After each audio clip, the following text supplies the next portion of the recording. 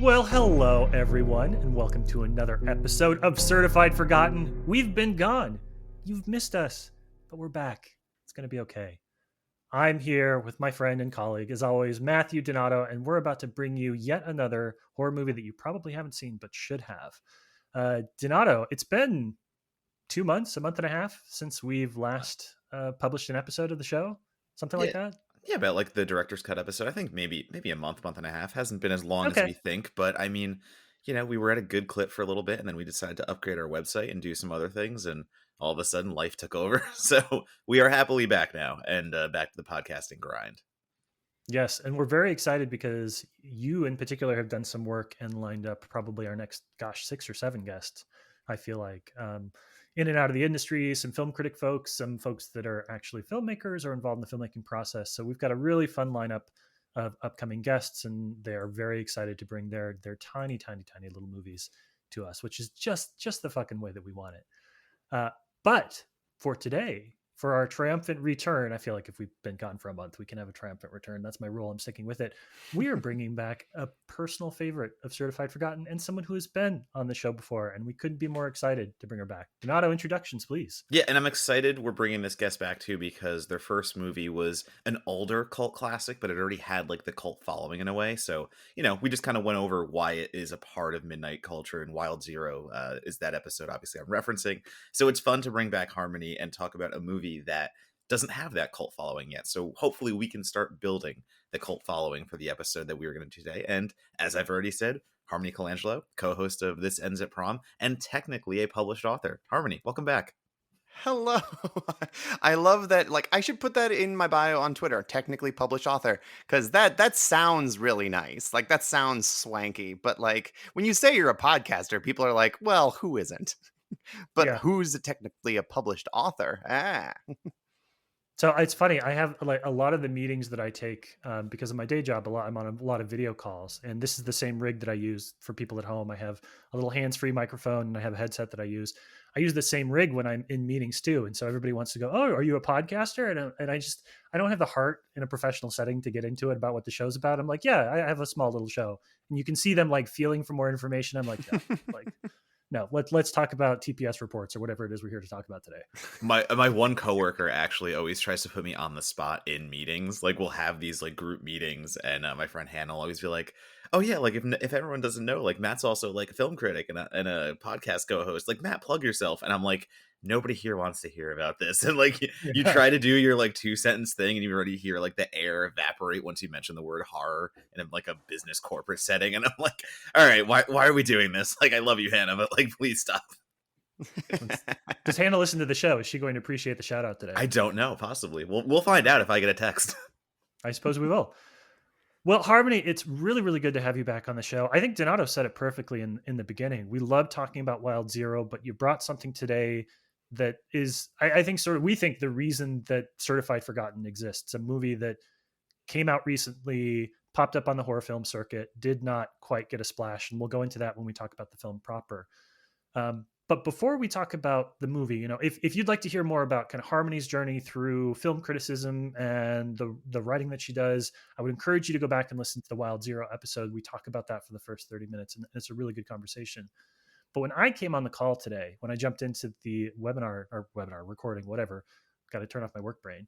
The two of you were already really deep into having a good conversation about vampire movies, and I think that the movie we're talking about today, Bit, is so literate in the genre of vampire movies that I think I'd like to have a discussion about vampire movies and where the genre is today, and where, Donato, I know you're working on a piece, so you've got a lot of thoughts on this too. So Harmony, before we talk about Bit, let's start by you anchoring us about what is it about vampire movies that you like or dislike? They've been around since the beginning of film. I'm kind of curious what this genre does for you, if anything. My favorite aspect about vampires, and this is similar about honestly a lot of, classic movie monsters, is the idea that there is not a supernatural element per se to vampires. They're more of just like a facet of nature where it's like, this is just a thing that exists. It's not ghosts, it's not magic. They have powers, but this is just a thing that's been around since the dawn of time. And there's lore and there's history. And these vampires are usually writing their own history because they're centuries old. And that to me is far more interesting than a lot of other that, and with monsters is a lot more interesting than a lot of classic elements of like ghosts or Mhm. witches, that sort of mysticism and otherworldliness doesn't appeal to me as like the natural world does. And that's the aspects of vampires that I like, which ironically means I don't like, or I guess I don't love, more is a more apt way to describe it, a lot of classic gothic vampires. I treat vampire movies kind of the way that I treat westerns, which is I'm not necessarily a fan of respected westerns. I start at the spaghetti stuff and then I like it when it gets silly, like The Quick and the Dead, one of my favorite westerns. Probably not in the conversation of all-time great westerns, but I don't care. That's how I kind of approach my favorite vampire movies. Well, and I think I kind of have the same approach because right now I am going through a project for IGN, and it is taking me, the huge task of saying these are the best vampire movies ever. And I've done a Mhm, lot of homework, let's say, because I have plenty of blind spots in vampires. Growing up, vampires were not the creature or the subgenre that really drew me to horror at all. So I kind of just let those go to the wayside while I went for my horror comedies, my Midnighters, stuff like that. So I've done a mhm. lot of groundwork to say to kind of fill the spots. And the thing that I'll agree with you on, Harmony, is I think that vampire movies are best when they aren't operating as traditional vampire movies, because I think about stuff like, honestly, like Near Dark, I think is one that we both share our love for, Oh in my the god, sense so that good. exactly, like, it is a vampire movie that is playing against convention so much, in that, like, it almost has this like Texas Chainsaw like family madness kind of vibe, and Mhm, it's less about the the vampire turning people, and in a way that like was creating a coven, all this stuff. Like, this is vampires turning people to create a family, and not really meaning to create people all the time as we see in the film. And just the rawhide nature of it all, that bar scene, everything about it is so western southern. It goes against all that gothic stuff, but it still is a mhm. vampire film, and it accentuates the fact that like vampires can be so many things. Another one for me is like, this is going to be wildly unpopular, I believe, but I think the movie Afflicted, which is like a 2013, 2012 found footage vampire film, is one of my favorite vampire movies ever. And I know I'm going to catch so much heat for it, but like what Cliff Prowse and Derek Lee do with first person perspectives and telling a vampire story that's also contemporary, and like it goes with the feral vampire, and you watch the transformation as two friends are basically coming to grips that one of them is turning into a vampire. Like, it's like doing Hardcore Henry before Hardcore Henry even came out. The action is Uh-huh. stellar, and like the vampire contortionist acting is just so good. So like that's what I want to see from my vampire movies. I'm done kind of with seeing them in the traditional way. I want to see what the vampire like evolution is like in today's day and age as well, and that leads us like into what we're talking about today. Oh, definitely. Like the way I kind of look at vampires, or at least my favorite approach to them, is that I've seen Dracula, I've seen Hammer films, I've seen a lot of your standard vampire flicks, but and this is going to be a left field comparison. I like vampire movies that feel kind of like Nighthawks at the Diner, like the painting, in that they're creatures of the night, but they're not. It's not necessarily glamorous. It's not necessarily sexy. It can be cool, but being someone that exists after hours can mean a lot of different things. Like the daylight's your enemy. So what do people do at 4 a.m.? Like what does living off the grid essentially, or only in like the nightlife at best, what does that look like? And that's something that Bit does so well and is so exciting. And one of many reasons why I love this movie.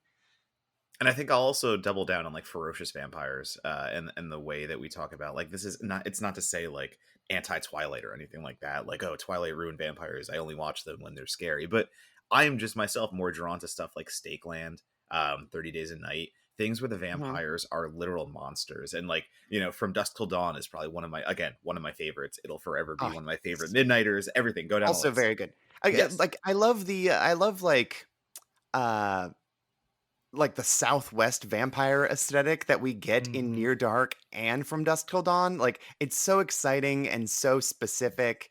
And I don't know, it just feels like there's more of a culture to those vampires that exists that makes sense. Like we see it in this movie where Laurel complains to Duke, well, why don't we sleep in coffins? It's like, well, why would you, aside from that they're cool? Like, no, like you can't take those like European centric, like Eastern European centric ideas of what a vampire is and assume it's going to exist everywhere. So like Southwest vampires, of course they have their own culture. And it's really well defined. And it's so part of like Americana or Mexican culture, depending on these films. And it is very interesting. It's so much more lived in than like this idea of like a silly American who's aping European styles.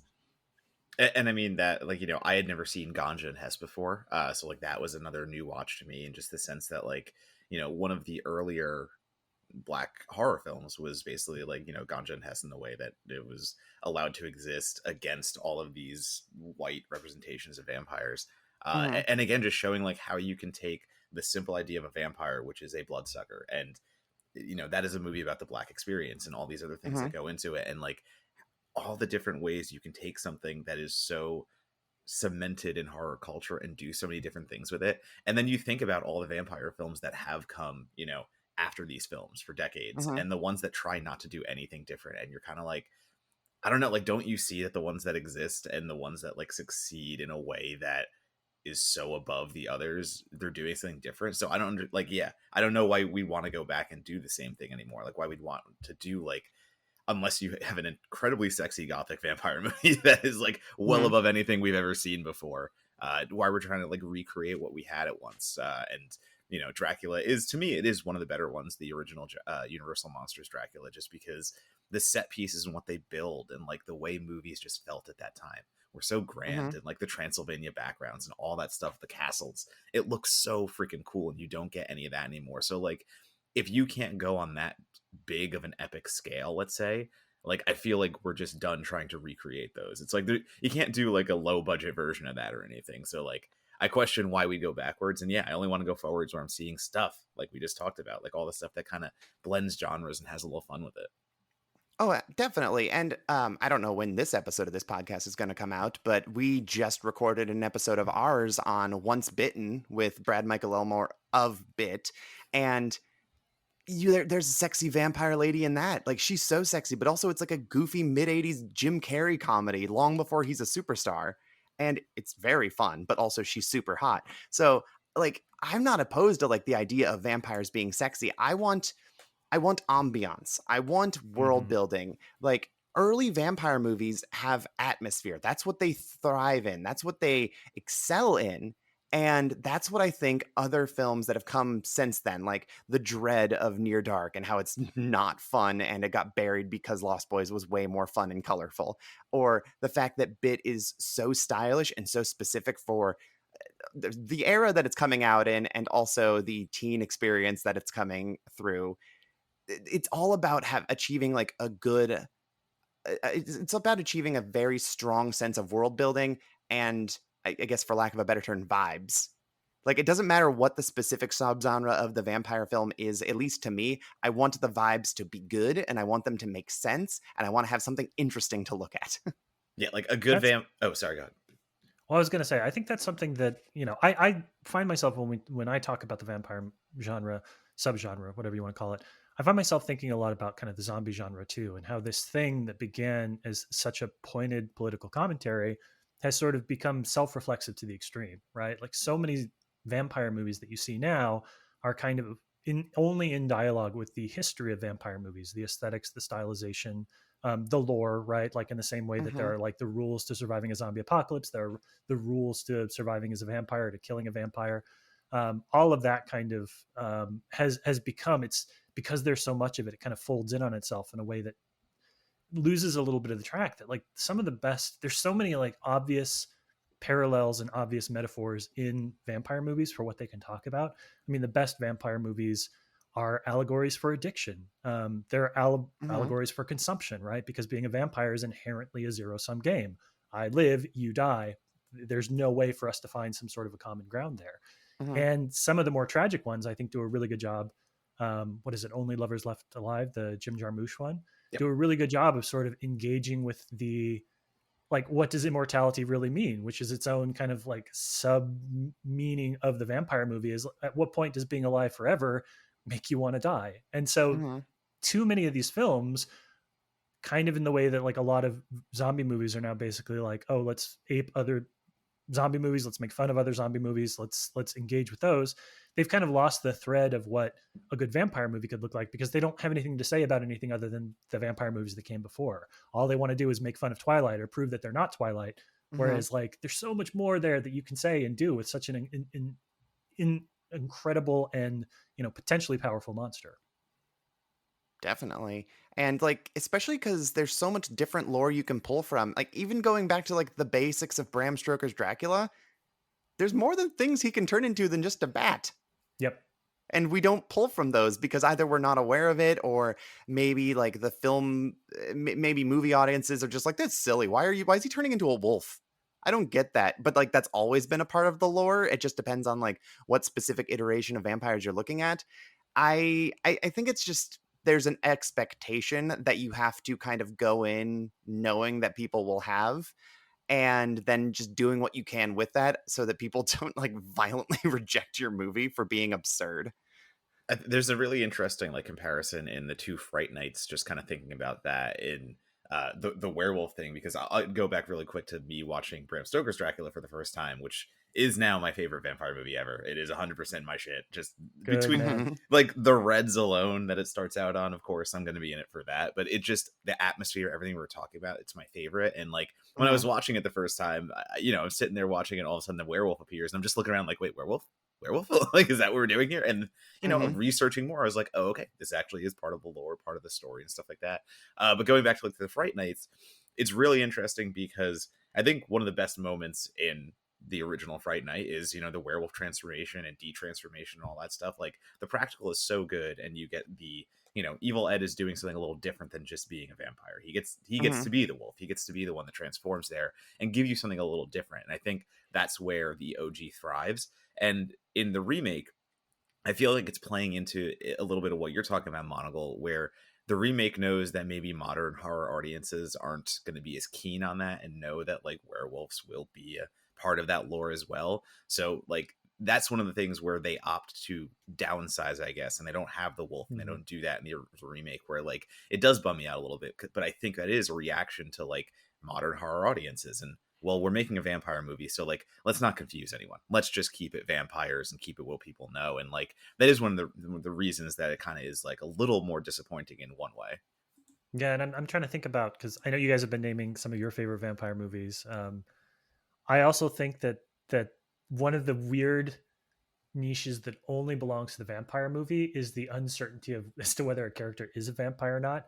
I'm thinking of Shadow of the Vampire, which is the um, recreation of Nosferatu in the Max Shrek mythology, which is just like super fun and stylish throughout.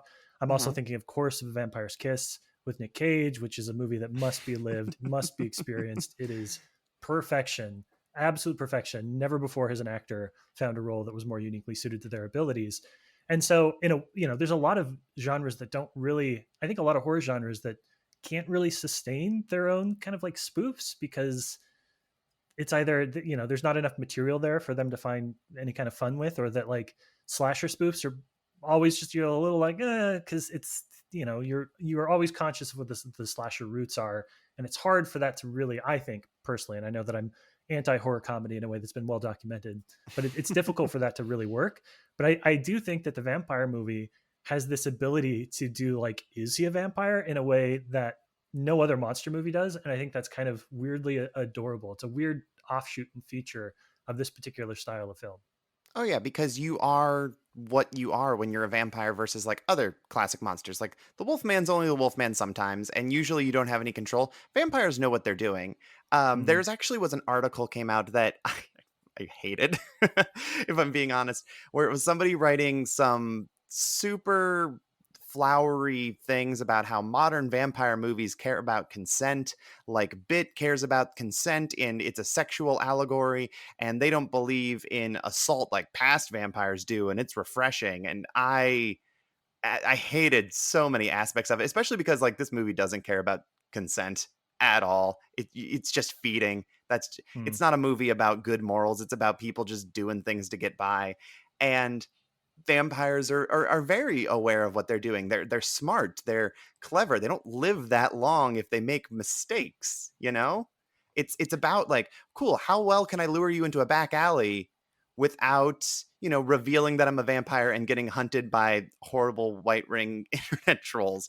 There's this under the cover of night and the shadows of darkness, you must exist and be successful in order to get by. So there is that danger, but in this film, because the primary antagonist, or I guess protagonist, depending on your perspective, because again, this movie doesn't really care that much about morals. They are we know they're vampires, but it's when they reveal it to each other or to the people they're about to kill, and there's something exciting about that. There's danger to that as far as like sexy vampires are concerned. But isn't the history of vampire movies? You could make an argument, right, that consent has always been baked into the vampire because vampires always have to ask if they can come in. So that's always been like sort of a weird, no, like in You a know, legitimate kind of way. Like the vampire that you cannot enter the room, you cannot enter the home without a vampire asking to. And so if you were to go and you were to approach that like the historical place of consent in horror movies, like vampires are weirdly there's a you could write again academic paper, but you could write a really interesting academic paper about how that informs the way that women are treated in vampire movies, but also like the vampire themselves. well, yeah, it just depends on if you decide to uphold that part of vampire lore, which a lot of movies don't. True. Yeah. Yeah. So Because it's again, it's a mixed bag, but this person I think was writing from a very ignorant place where they just did not understand the depths of vampire lore. So they were like, I have a thing that I am imposing, and look, Laurel's so good and cares about consent and doesn't want to harm people. It's like, oh no, she absolutely murders people. Yeah. She does. like it's right there in the film. Like I don't know, it's Yeah. right Yeah. like there. But yeah, I mean, to me, like I just think of like the primal nature though, and just the feral nature of vampires themselves, and like going back to the literal inception of the creature. Like I don't know, they're just trying to survive. That's what they're acting on. That's what makes it scary. That's what makes it everything. Mhm. And like the choice of, do they kill a victim for feeding, or do they actually keep them alive? Like that's the interesting part. But like what gets them there is all the same. It's blood, it's feeding. So like, yeah, Yeah. I don't know how you can bake that into like, hey, do you mind if I feed on you and kill you? Like that can't be Mhm. part of vampires. Like that's not how this works. No, like arguably Blade has the best idea of consent if you want to go ahead and follow this like thread. But like as far as like the moral of a vampire, no, this is just what I brought up in earlier. That's one of my favorite things about vampires. This is just a facet of nature. That's just feeding. That's just getting by. And this movie would, and similarly a coming of age sort of movie that is Let the Right One In, is that Hmm. you can choose to eat bad people. Like, sure, maybe this guy is like a child molester and let the right one in. Let's eat that guy because he deserves it. Maybe these guys in bit are rapists or horrible wingnuts that would inevitably become QAnon people if this movie was made like 2 years later. Like, Hmm. those people deserve it. But also, at the end of the day, it's just business. Yeah, and I think the last thing I'll kind of go into is just the idea that like vampire movies are interesting to me when it becomes about two people who are part of a couple. And I think of Thirst. I think of movies along that line where Ganja and Hess, again, mentioning again, where you have two people working together and they are both vampires. And at a moment, they are so into it and they're both doing it together. But then one Mhm. realizes, like, is this really the life I want to leave for eternity?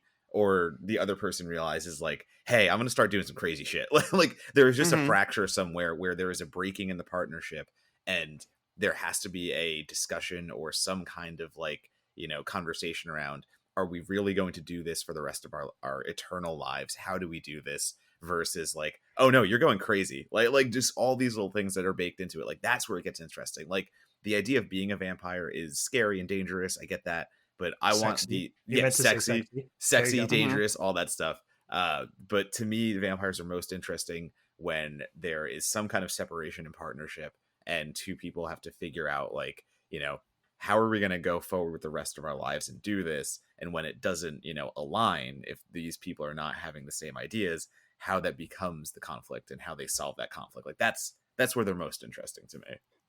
So what you're saying is you love the hunger. The Hunger is very good, and it is super Yeah. sexy. The Hunger is It's incredibly so sexy. sexy.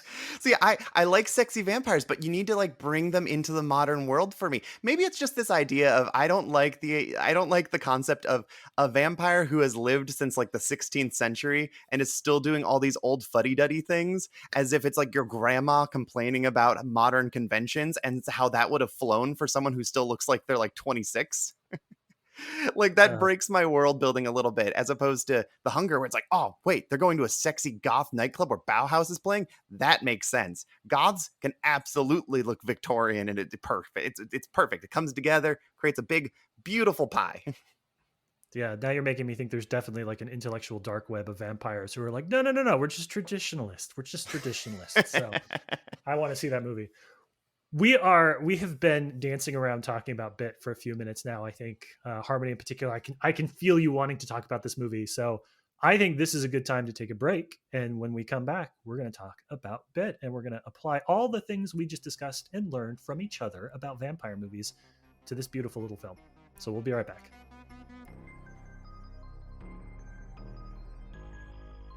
Hey everyone, thank you for listening to this week's episode of Certified Forgotten.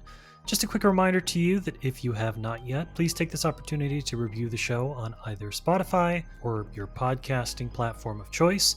These reviews not only provide us with feedback, let us know if we're doing a good job, which we hope we are, but they also allow us to both increase our reach within the platforms, and also we can use them to go talk to publicists, go see if there are filmmakers or creative talent who might be interested in appearing on the show. The more 5-star reviews, the more likely we are to pull an interesting or fun name for the future. So again, Spotify, Apple, podcasting platforms of choice, please leave us a 5-star review. Give us your honest feedback. We'd love to hear it. We'd love to see it. Thank you so much. Let's get back to the show.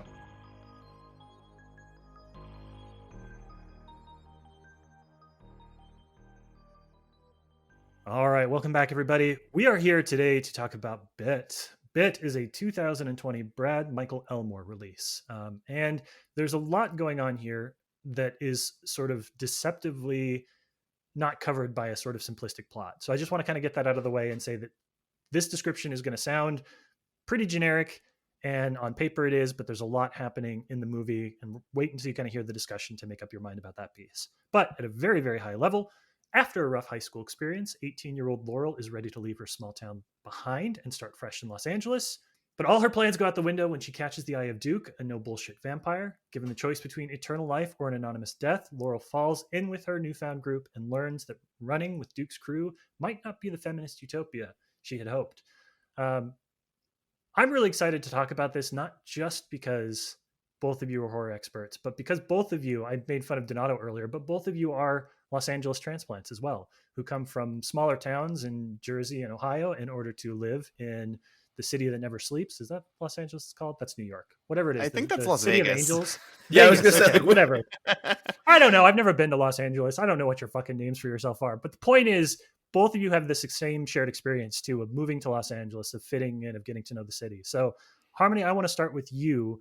Um, let's talk a little bit about why you picked this film, and on many levels, kind of why this has been such a resonant horror title for you over the last 2 years.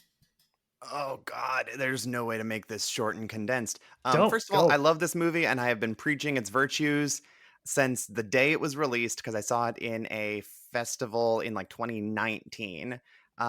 The director Brad, who I think Brad is just one of the most interesting and fun people to talk to, gifted us Duke's jacket from this movie, and it currently is in a shadow box in our living room, like a Amazing. sports jersey from a championship, and it's one of my most cherished things. I I just love everything about this movie. I've written about it for your site in terms of what it deals with like trans representation and how it addresses it but doesn't. And this movie is as deep as you want it to be in that regard. But oh my goodness, it just I love that this movie is just cool. At a really like surface level, primal, like gets into my bones feeling. I like women who are cool. Duke is so fucking cool, and I Mhm. agree with basically everything she says, barring the manipulative white feminism aspects of it. Like, that part aside, I inherently agree with, like, the chaotic morals of her and think she's the fucking raddest. I think Laurel is a phenomenal, complex character with lots of internal strife and, you know, didn't ask to be trans, didn't ask to be a vampire, just kinda had these things thrust upon her, and she's dealing with them. And also, I just like that their hideout is basically the Foot Clan hideout from Ninja Turtles. It Yeah. looks like when you watch the 1990 movie and they've got, like, arcade cabinets and sick lighting, and it just looks like the coolest place you want to be. Vampires look cool. Like, they can fly because they can. They have superpowers and can glamour people, and they all have phenomenal fashion sense, and they get to be young and kill horrible Twitter trolls, and just everything about it is cool. Like, at a complete surface level, I like this movie. I like how it sounds. I like how it looks. I like what it stands for. Easy peasy. That's my short, condensed version of it. Yeah, and I mean, Donato? I'll pick right up and say it. Talk about vibes before, like I think Bit way more than other contemporary vampire films passes the vibe check that it's going for. I mean, it is everything that Harmony has described it as, and it is just this layer of like LA ness about it. Like that is Monaco to your point, like being a transplant and all these things. It does have that immediate coming to LA vibe where you find the Foot Clan hideout that you're like, how is this a thing that exists? And you find Uh the huh. super cool people, and of course there is something brewing under the super coolness of these people and are immediately like, all right, like there's a whole other side to them, but like it just feels so inherently LA across every part of it. Like the attitude that Duke has, and like I wish I had that attitude to pull the jacket off. Like literally, like the way he goes like walk around in that jacket and just be the coolest mofo in this entire city. But the way like they own the city too, in a way, like they own themselves in the city. Like it is just such a very awesome vibe that they're all carrying, and you get the girl gang necessitation of it, but it's never in like a pandering way. It is in Uh huh. very much like a lived in uh again going contemporary and saying like you've taken vampires and put them exactly where you were in a moment, and to your point, like if it was made 2 years later, like the right-wing trolls would absolutely be on like whatever truth.org piece of shit site was created or whatever. So like it just would have been so much more of a moment, but I'm kind of happy it didn't, because now it just lives in like Twitter troll infamy and we don't have to have it super tied to Mhm. anything. Uh um huh.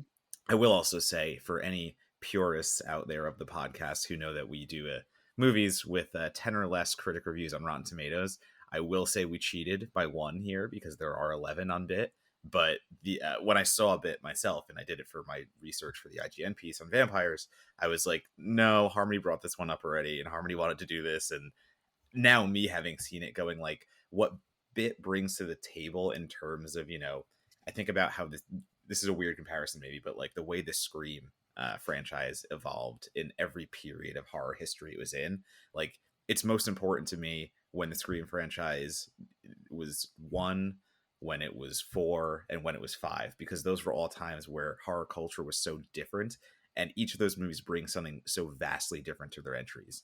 And I feel like Bit, as a vampire movie made in the late 2010s, early 2020s, it is so kind of perfectly grasped the idea of horror at a moment and taken it where it is low budget, it is indie, but it also has tons of style, it also looks really sleek, the needle drops are perfect, like everything it's doing is just of a moment.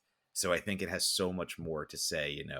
The messaging alone, the themes alone are huge, and what it's doing and the representation, but again, it's doing it in a way that never once is pandery or the thing that people kind of fear horror could turn into when it starts being representation. Like fuck off. Like it is Uh huh. just a cool ass movie that does things right, and that is again such a simple way to say it, but it's so important because not a lot of indie horror, like horror even on the blockbuster level, gets that right these days.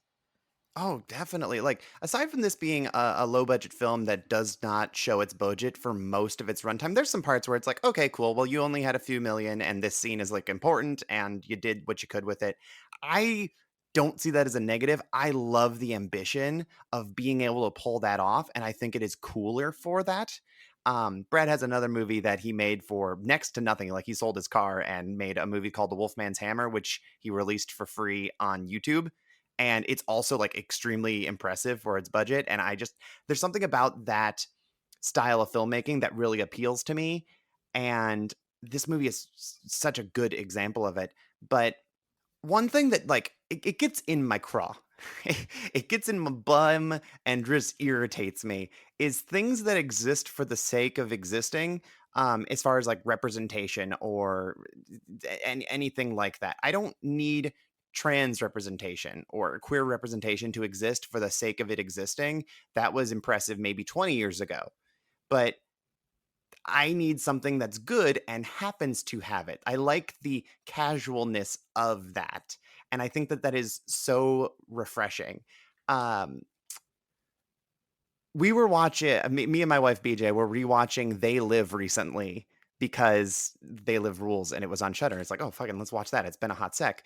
And it's such a lot of big brain kind of concepts about society and class warfare and inequity and all these other things, but it's also an extremely fun movie. And I feel like if you were to make a movie like that nowadays, in most cases, people would be like, no, this has to be uber serious. I need to be treating these things with massive gravity, and it needs to be like elevated horror. It needs to look like an A24 film. It needs to be so excruciatingly unfun that you can't even like say you enjoy it. You're more so just go, it's impressive. It captures a bleak vibe, but do you enjoy watching it? That's how I think I want to see more representation or more films approach making a good movie. At least for my taste, where I'm biased and I want something extremely fun. I want that before I want them to tackle the other topics. I want a good base to build your Mm. film on, and this speaks so well to my taste. Yeah, I like what you said there, Harmony, because I think we've talked a little bit about this on the show before. I have a very soft spot in my heart for didactic horror, like horror that it exists with the intention of teaching or passing along a message. Mhm, And I usually come back to the idea of the Black Christmas remake, and I'm a huge fan of one of the screenwriters, April Wolf. She's been on the show before as well. mhm, But what I love about that movie, and Bit is kind of a version of that in a way that I'll expand on in a second, but those are movies that seem oppressively on theme because we are inundated right now in those sort of messages, right? Like those are conversations we're having on social media, those are articles that we're reading, those are reviews that people are writing and essays that people are writing. So like that note of like, in the case of Black Christmas, of like the patriarchy and oppression, for that movie, which I think is fun and I really love that it does it. But I can mhm, understand why people might watch it and be like, this is too much. Like I want you to bury this a little bit more. It doesn't need to be as on the surface level. I think films like that tend to age to perfection because with a little bit of distance, 5, 10 years, younger generations go back. They didn't live through that moment in the same way that we did. And suddenly mhm, everything that we feel like is super on the nose, they're just like, oh, this kind of kicks ass. This is great. What I really loved about Bit, Harmony, to the point that you're making, is I think it has the same messaging, but I think it does a better job of not subverting it, but like entertainment first in how it's presented. This is a movie that has just as much to say as any of those A24 films or Black Christmas or anything. It has a lot to say about gender politics, gender dynamics. It has a lot to say about the patriarchy. And it says it pretty fucking explicitly, too. mhm, Duke has some great lines of dialogue, but it also knows that like the best thing that a horror movie like this can do is just be cool as shit. And so mhm, it doesn't feel, I compare this to, in my head, a little bit to Tragedy Girls, a film by somebody I can't name because we hate each other. But like that's another film that like captures a moment in time and is like tapped into the youth culture and like gets, I'm going to sound a million years old, gets the lingo, right? Like understands how to convey these ideas in an audience and age appropriate way, but doesn't feel like it's going to be dated in a few years because it has that perfect balance of knowing what's fun to say now, but what is more like generally evergreen and enduring in the mode of horror that it's operating within. Does that make sense? Oh, absolutely. There's a movie that's coming out soon, and I'm going to be very vague about it, but it's supposed to be for queer teen audiences, and that's who they wanted it to be for, but most likely it's going to appeal to like 10-year-olds who have never seen something before because it's so heavy-handed and if you put any kind of like adult thought onto it, then it crumbles and you hate it and it's insufferable.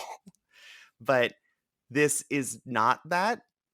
Bit is such a good job of like, I'm not a teenager, but I could see that this is appealing to teens. I've read lots of Mhm. teen perspectives, and they go, "Well, why is no one talking about this? Why is no one heralding this film?" Which last year in 2021, I think it started to finally get momentum around Pride season. Like people were like, "Oh fuck, here's a new movie that we just missed because the pandemic happened." And I think it gets a little bit more steam, a little more headway every time, but it's definitely a lot of young people who are sort of championing this movie more than any adults I know. But at the same time, any adult that I know who sees this movie, anyone my age, maybe a people who are a bit older, they still think it's fucking awesome. And that is such a fine line to walk. Mhm. I think it's the universal nature of it all. Just the way that like the themes are still very much youth driven, but they still resonate with everyone. Just in the kind of just the fears they're going through and what they're fighting, and again, the patriarch element of it all, and the evil doers, I'll say, of the world are still the evil doers to everyone of every age. And again, like I do think, to what everyone was kind of saying before, and the way it's not hitting you over the head with what it's trying to say. It simply is just part of a story because they're there to tell a story. They're not there to like Mhm, inundate us with anything else. And I don't mean this in the way to say that like by no means is the trans representation like forgotten, but the way that it is displayed and the way that is there, like if you didn't, know Nicole Means is like history and stuff like that, like it's almost mhm, like it would just, you might not even notice. And that's again me not saying it's not there. It's me not saying it's forgotten by any means. It's just the way that it is normalized because it's normal. They're not like going out of their way to hit everyone over the head saying, hey, look at what we're doing, look at this great thing we're mhm. doing here. It's like, no, it's just part of the story because we should be treating it like it is just an everyday thing. Like because it is just fine. We don't have to like put it in neon lights and all this shit. Oh, definitely.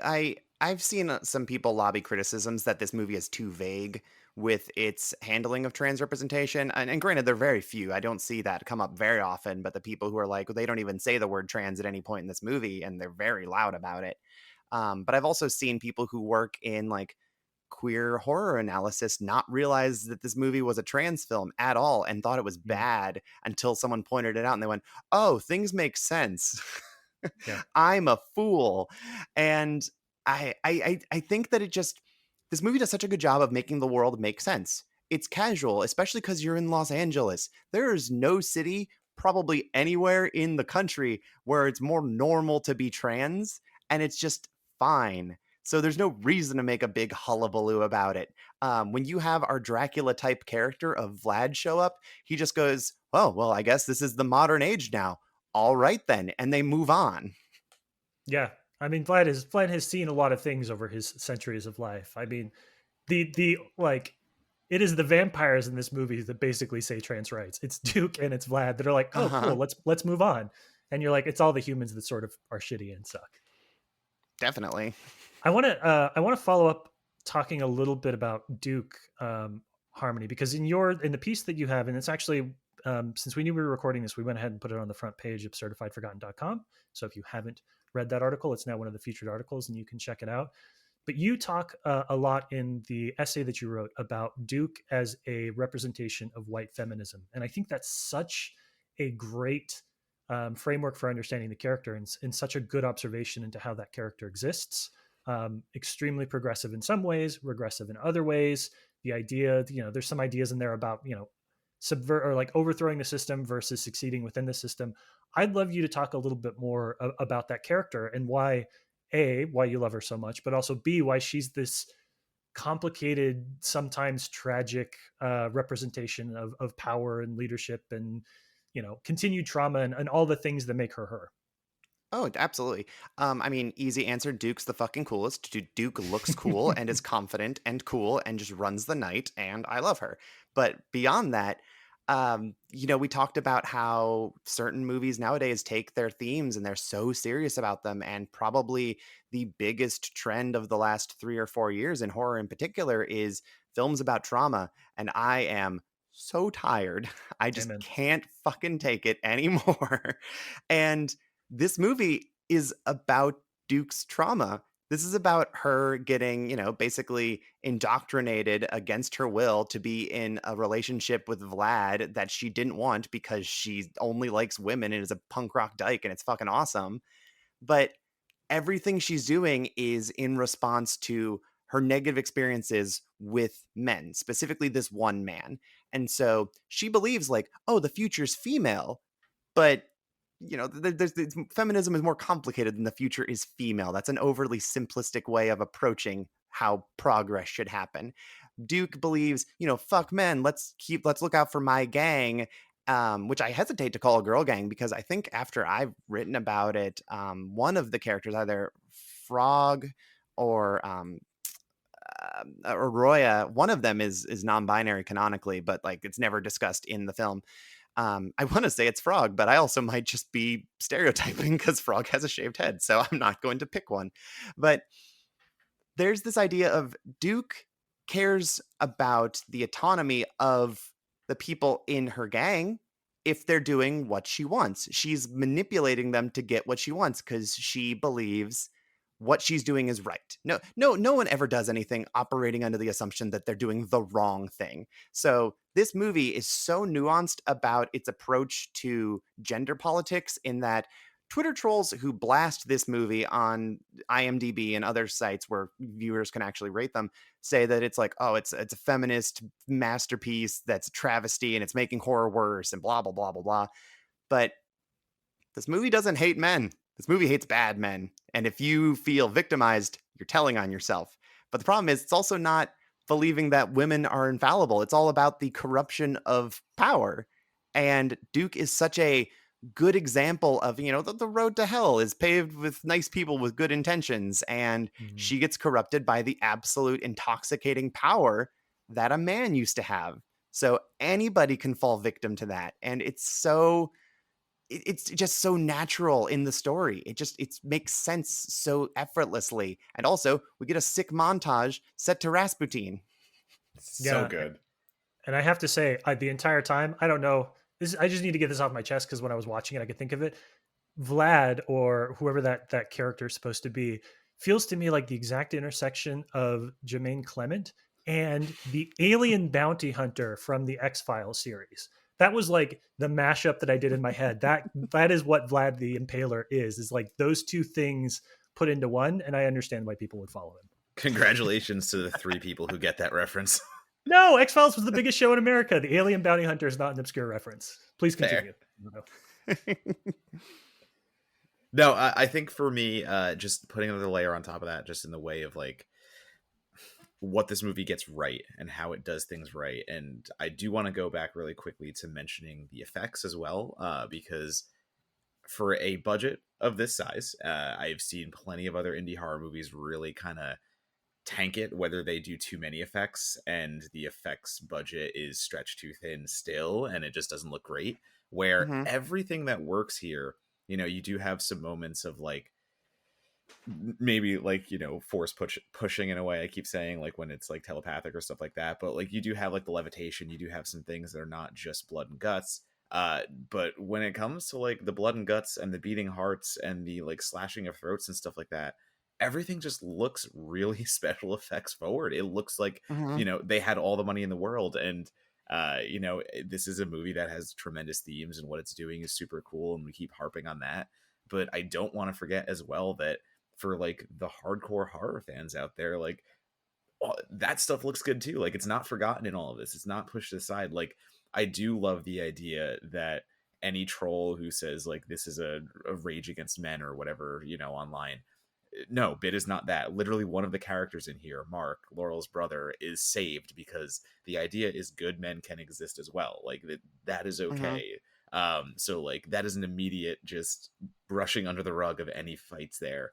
But still, even those people that probably came to the IMDb page and trolled it, I guarantee you they still enjoyed the hell of the effects because that is how good like the indie budget gets done on this. Mhm. And it's worth noting too that Mark is saved, but Mark is saved with a very important caveat that if he starts to get a little too drunk with power, his sister is going to take him out. Yeah, So, Mm-hmm. we Oh should yeah, all and have that also, balance. yeah, yeah, seriously, like we that's all really need a just Laurel in our life. That's not being, an agreeable friend. That's being a good friend. Yeah. You Mhm. shouldn't just blindly go like, "Well, my friend says it, so I trust them to not be a piece of shit." It's like, no, hold your friends accountable. I mean, I guess maybe not necessarily kill him. Throw him in the hole if he's a problem. I don't know. Like you've got systems of checks and balances in place for this. It's fine. But also, speaking of a movie we were praising earlier, Mark is played by James Paxton, and we get a beautiful near dark reference at the end of this movie with the sunglasses. It's I love it so much. First of all, I just sent both of you on Twitter a photo of the alien bounty hunter. This is very important to me that you appreciate the reference that I made. I'm dying a little bit inside that I'm alone here, so I'm just going to clear that up a little bit. And second of all, Harmony, you mentioned that montage. I feel like we need to talk about the montage because you consciously did not write about that in the essay that you wrote because you didn't want to give that away. If you're listening, we assume that you're at least trying to watch the movie or will watch the movie at some time soon. So I want to talk about what that does, not just being cool as shit, but also what that does for our understanding and appreciation of Duke's character, because that could have been very, very silly, and it's very, very not. It is the coolest fucking thing about a very cool movie. Well, I'm looking at the alien bounty hunter, and I suppose I see where you're going with this. Yes, I am correct. This is all I needed. I don't care. Podcast over.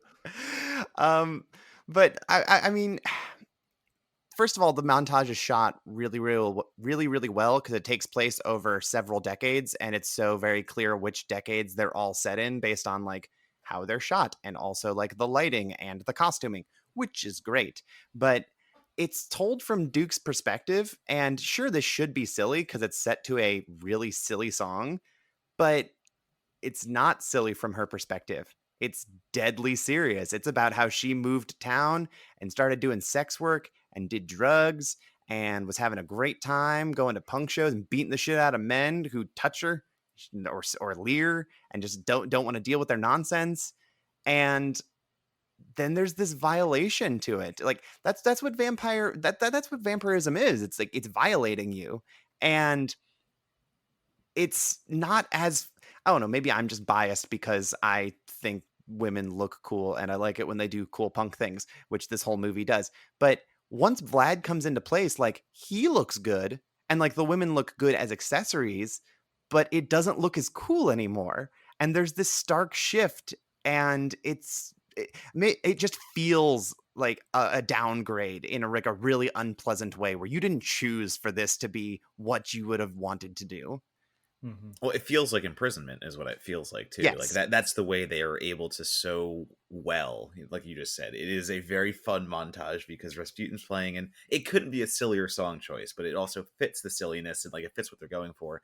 But by Mhm. having it again, by Duke's perspective, what you just said, like you understand the narration that's happening, you understand what is happening in context. And I think lesser vampire movies have shown the Vlad aspect of it very cool because for a while that was cool, just being the Lothario character and the Playboy vampire. Mhm. Like, all right, I mean, maybe not cool for all demographics, but for the demographics that were honored at the time, it was cool. And so this is just the coolness of characters who are actually allowed to be cool in today's like modern cinema day and age where it's no longer the dudes who just get to be the punks and the dudes who get to be those kind of people like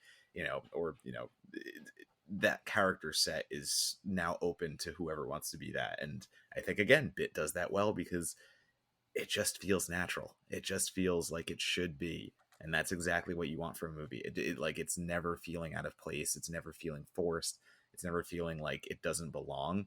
Bit just exists as it does and you never question it. And that's like one of the Mm-hmm. biggest aspects of a film like that if you're not questioning what's on screen, that means they're doing everything right. Mhm. And it feels to me too that this is a film in many many ways about breaking the binary, right? Straight down to the character decisions about having a transgender lead and a non-binary member of Duke's crew, but the central conceit of the film is this binary struggle that Duke has only ever been able to define her active resistance against whatever oppression she was experiencing beforehand. So, the solution to this is not to side with one side or the other, but to kind of level the entire model that both Duke and Vlad have been operating with. And for lack of a better word, Laura wants to democratize power. She gives pieces of, in the very end, she gives pieces of Vlad's heart to all of the members of her crew. And she talks with her brother about inviting people from, around the world and from around Los Angeles to become vampires as well. So it's a film about not being kind of trapped into these binary outcomes, and they do a really interesting job of kind of using the montage to represent how narrow Duke's worldview has become during this period. Oh yeah, it's the end of this movie is the sharing of power, and that's what the correct thing is. Like in a very punk sense, if you don't like the scenes in your local scene, then make your own. You know, Mhm. find a new place to like for all the punks to go. If there's too many like guys in emo bands who are assaulting teenagers, fuck it, don't go to their shows, don't go to their bars. Find your own place and carve it out and set a good example, and then people can follow you. Like it's all about the responsibility and I guess breaking down busted systems rather than trying to fix them. Because Yeah. sometimes you can't. Like there's no fixing Vlad. He's fucked up. Maybe Duke isn't totally beyond help, but she's going to be in the hole for a while. We'll see if she's done some thinking when she comes out and she's hungry and maybe starving for revenge. We'll see. But she is not a lost cause in the sense. So there is there's elements of forgiveness, but not necessarily mercy. Yeah. I love that as sort of a note on that. I want to too, because we were talking about the costume design. The costume designer on this is Lisa Norcia, who also was the costume designer on *Malignant*. So if Oh, you thought sick. that the trench coat in *Malignant* was cool as fuck, it's because of this. This is where that comes from too. So nice bit of early 2020s horror iconness there. Good job, Lisa. So this is the period in any of our shows where we sort of talk about the legacy. Harmony, I feel like this is a great movie for you to be talking about because you're kind of the reason that people are talking about Bit, between sort of like the writing that you've done coming on this show. Like, you've made it your life's mission to make sure that this film does not fall by the waysides of a IMDb campaign in a pandemic year. So normally we'd say, do we think this movie has a shot at redemption, or a larger audience? I think we all agree that it does. So what do you think, Harmony, is the most successful outcome for this movie? Like, if you look back and you see this, either by this distributor or available in these places, or et cetera, what would make you happy? What would make you feel like Bit is in the place that it needs to be in order to endure as part of the conversation?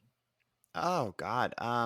Well, first of all, I'm already very pleased with how much it's grown since it was released because I think the trailer for this was put online a week before the movie came out, Jeez. and with the exception of Nicole Maines, nobody was really promoting it.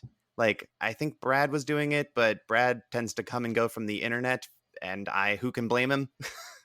So, with the exception of her, no one was promoting it like at all. So this was really just unceremoniously dumped online, and it's getting grounds. I would like people to talk about it a little more outside of just June. That would be nice.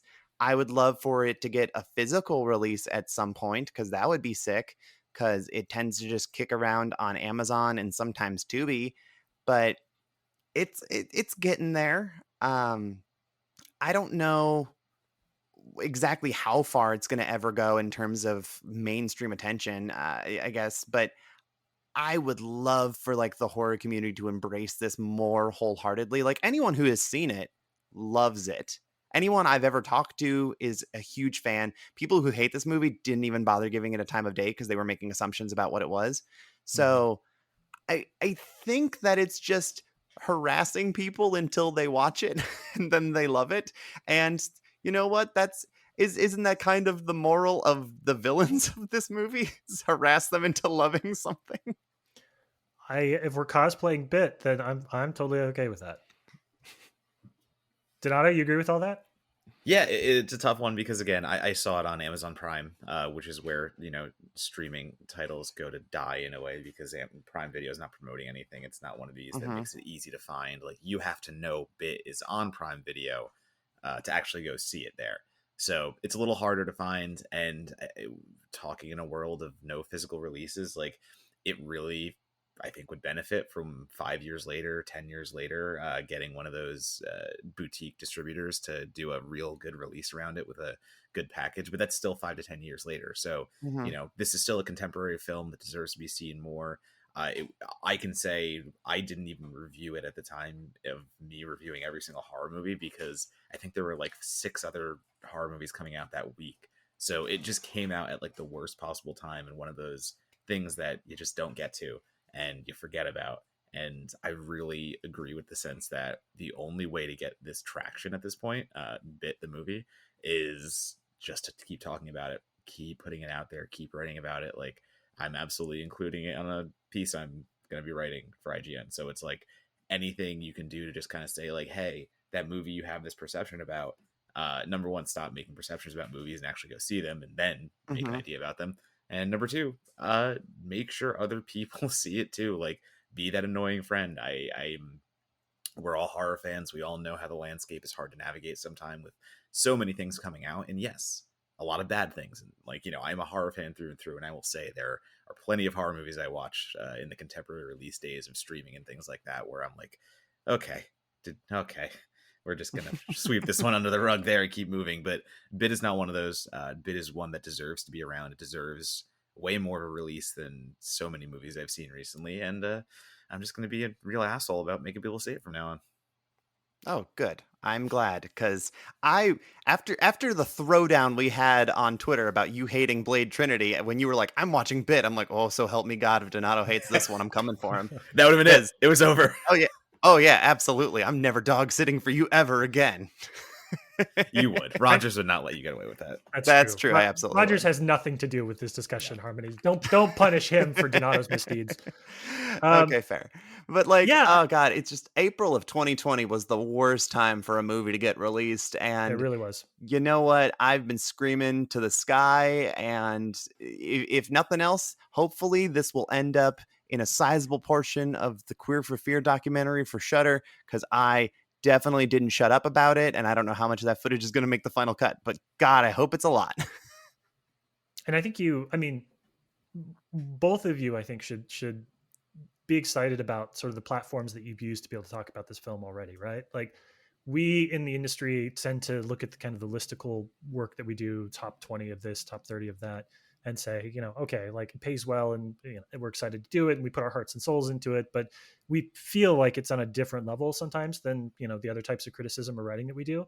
But more people are going to see this because, Donato, you put it on an IGN list, then are going to read full-fledged essays or reviews in other places. Like, that's a great venue for folks to be introduced to it, because Mhm. most people just want to be like, all right, let me look through 10 movies I haven't seen. I haven't heard a bit. It's available on Prime. I own Prime. Boom. That's fast decision making. The other thing that I'll throw out here is when it does eventually get some boutique home video release, I am going, if you're listening, whoever might be listening now or forever, I'm going to speak for Harmony and say that she is available to write essays, to do commentary tracks, or to appear in any of the extra features you need for that Blu-ray or 4K release. So please, please, please come talk to her. She's already doing the work. All of it's already memorized. You just need to give her a microphone and like let her talk about the movie. Put her on the disc. Come on, put her on the disc, please.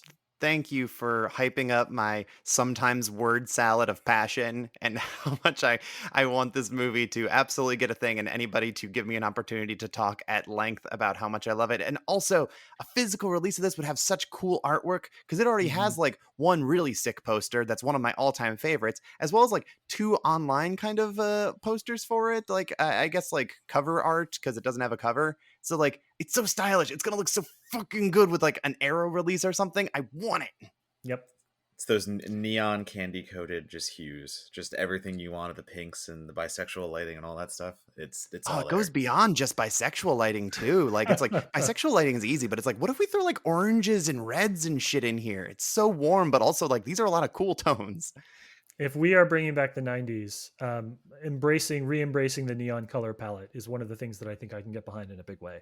And that Hmm. is if you haven't looked it up, please do. It is a very cool poster, and it does what a lot of films have been doing for a few years much better than those have done. Makes you realize, oh yeah, this is still a great way to create feature art for your film. Hmm. Harmony, I want to say thank you so much for coming back on the show. Donato and I created Certified Forgotten because we really believe that there were movies out there that people wanted to champion. That was it. That was like the whole reason behind the website, behind the podcast, behind We Do Everything, is we wanted to give a venue for folks to talk about the movies that they don't want to shut up about. So when you say that that's you and Bit, that makes me so excited to have people listen to this, because this is why we created this little platform, is to give people the opportunity to just go on for an hour or 1,200 words on the movies that move them. And I'm hoping that a few people will listen to what you had to say today and immediately go out and watch it, because it is on Tubi. And I can say, at least on my version of Tubi, the only commercial break happened at about the 70-minute mark of a 90-minute movie. So it's not even going to be that broken up. They haven't quite like monetized it in the way that they probably should have. But I want to say thank you for coming on the show, and I want to give you an opportunity to jump in here and promote what you've got coming up, things you might be working on, places to follow you online. Definitely talk about your podcast. Let everybody know what they should be doing to follow your next big passion movie that you're going to be talking about. Oh, golly. Yeah, I don't do as much writing these days because I'm working on something to be more than just technically published author. So that'll eventually be more than just technically published author, I suppose. So I've been busy with that, and you'll get to that when if it's done, or I can say more about it. But outside of that, if you want to follow me on social media, I'm at Velocitraptor, Veloci_trap_tour. I also have the This Ends at Prom podcast with my wife BJ, where we talk about coming of age stories, mostly emphasizing teen girls, but occasionally just anything that's interesting, especially when it comes to gender, which is why we have Reverse Twilight, Once Bitten, that we're covering around the time of recording. So we'll see how these line up at time of release with Brad from Bit. So yeah. Nice. There you go. Donato, a little shameless self-promotion from you, please. Oh, I could never. But if you would like to, you can follow me at Donatovom on Twitter, Letterboxd, and Instagram. I have some stuff coming up on the IGN. I have some stuff coming up on some other websites. Just follow me, and I will tell you where it all is. And if you would like to see my face on live streams every Friday night, I do one with Perry Nemiroff. We hang out, we drink, talk about movies, we yell at each other. Yeah, it's just, good times. As for myself, you can follow me at Monagle on Twitter, where I basically just spend all my time wishing I was DMing. Now that I've done that, that's all I want to do anymore. I don't know why. I don't know why I do anything else like work or write about movies. But more importantly, go to www.certifiedforgotten.com. Read Harmony's excellent essay on Bit. Read some of the other featured writing we have on the website, both in June and coming up for next month. We recently did a site redesign, which we can talk about in past tense now, which is a very, very good feeling. I think the big win there is that our site reads much, much better on mobile. And so you're going to be very excited to actually read those articles on your phone, as opposed to opening them and having load time issues and go, gosh, those mats are nice, but wish they had a better product. We're there. Read our site, support our authors. Thank you very much. Harmony, thank you again for coming on the show. You now have joined the Two-Time Club. It is a small and exclusive group of people that we've invited back, but something tells me there will be a third in your future. I appreciate it, especially because we broke the rules for this one. Fuck the rules. The world is on fire. Democracy is dying. I think we can go from 10 to 11 once. All right, Donato, you want to take us out? Are you even an LA movie if you don't include I Love LA by Star Wars?